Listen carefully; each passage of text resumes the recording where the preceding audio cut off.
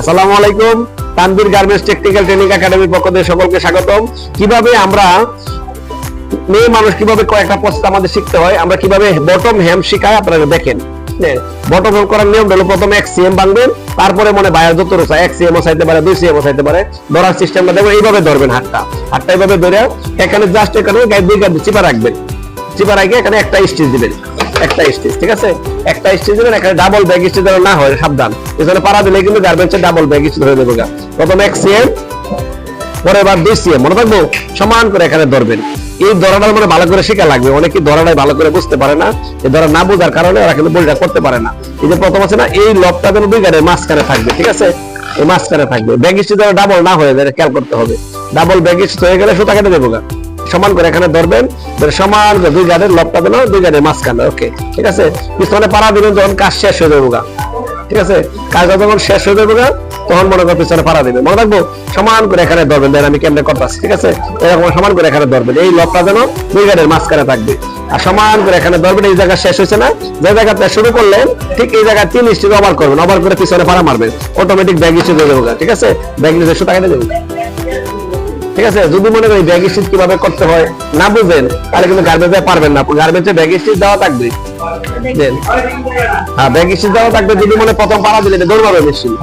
আর মেয়ে মানুষের জন্য যেমন হেম শিখতে হবে, তারপরে pocket joint, mouth close, side Topsin, বন টপসিন, এই কয়েকটা প্রসেস যে মেয়ে মানুষ শিখতে পারলে 100% চাকরি হবে। কিন্তু তোমরা যে কাজটা শিখবা মনোযোগ দেওয়া, প্রোডাকশন লাগবে, প্রোডাকশন ফিল আপ করতে হবে। অনেকে সাইড টপসিন বোঝে না, কিভাবে ধরতে হবে, কিভাবে করতে হবে। যেমন এখানে সাইড টপসিন করার জন্য গাইড কোন পাশে আছে, যদি লেফট সাইডে থাকে তাহলে ধরতে হবে এমনি, ঠিক আছে? লেফট সাইডে থাকলে এমনি ধরতে হবে। সুন্দর করে এখানে ধরে সমান করে এখানে মাপ দিবা, ঠিক আছে? আর সাইড টপসিন সুন্দর করে ফিল আপ করতে, ফিল আপ করে ছেড়ে দিবা, শেষ। এটা হলো সাইড টপসিন এক পাশে গেল, না আর এক পাশে হয়ে গেছে, ওইটা জন্য আবার ঘুরাইয়া করতে হবে। মেশিনটা পিছন দিয়ে আনতে, পিছন থেকে আইনা যখন আমার সাইড টপসিনটা করবো তখন আমি বুঝতে পারবো প্রপারলি আমার হয়েছে। মনে থাকবো সমান করে এই গাইডের লগে মিলাই রাখতে হবে। আরো ভালোটা কোন দিকে থাকবে এটা ঘুরাইয়া সুন্দর বুঝতে হবে। এই জন্য কাজটা তাহলে প্রপারলি বুঝিয়া করি আমি, তাহলে আমার জন্য সহজ। মনে থাকবো একটা করছি এই দিকের থেকে আর ওই দিকে আসছে, দুই দিকে আসবে, ঠিক আছে? এই জায়গায় এসে সব পিছনে পাড়া মারবো, শেষ। ব্যাগ স্টিচ হয়ে যাবে, সুতা কেটে দেবো। কারণ ব্যাগ স্টিচ, হ্যাঁ, এগুলো সবাই শিখবেন, কারণ এখানে গার্মেন্টসে অটো মেশিন কিভাবে কোন জায়গায় ব্যাগ স্টিচ দেয়, কিভাবে মানে স্টিচ ঘন করে পাতলা করে মোটামুটি সব শিখে নেবেন। তারপরে মনে করেন 3-4টা প্রসেস ভালো করে শিখবেন, 100% চাকরি হবে। তো তোমার এই বান্ধবী চাকরি হয়ে গেছে, সে আমার ফোন করে বললো, তো তুমি একবার আমার ফোন করে বলবা।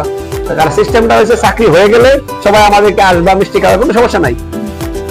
শরীফপুর জাতীয় বিশ্ববিদ্যালয়, গাজীপুর, মালেকের বাড়ি বাস স্টেশন থেকে 500 গজ পশ্চিম পাশে, কোরিয়ান গার্মেন্টসের দক্ষিণ পাশে, তানভীর ভিলা। ধন্যবাদ।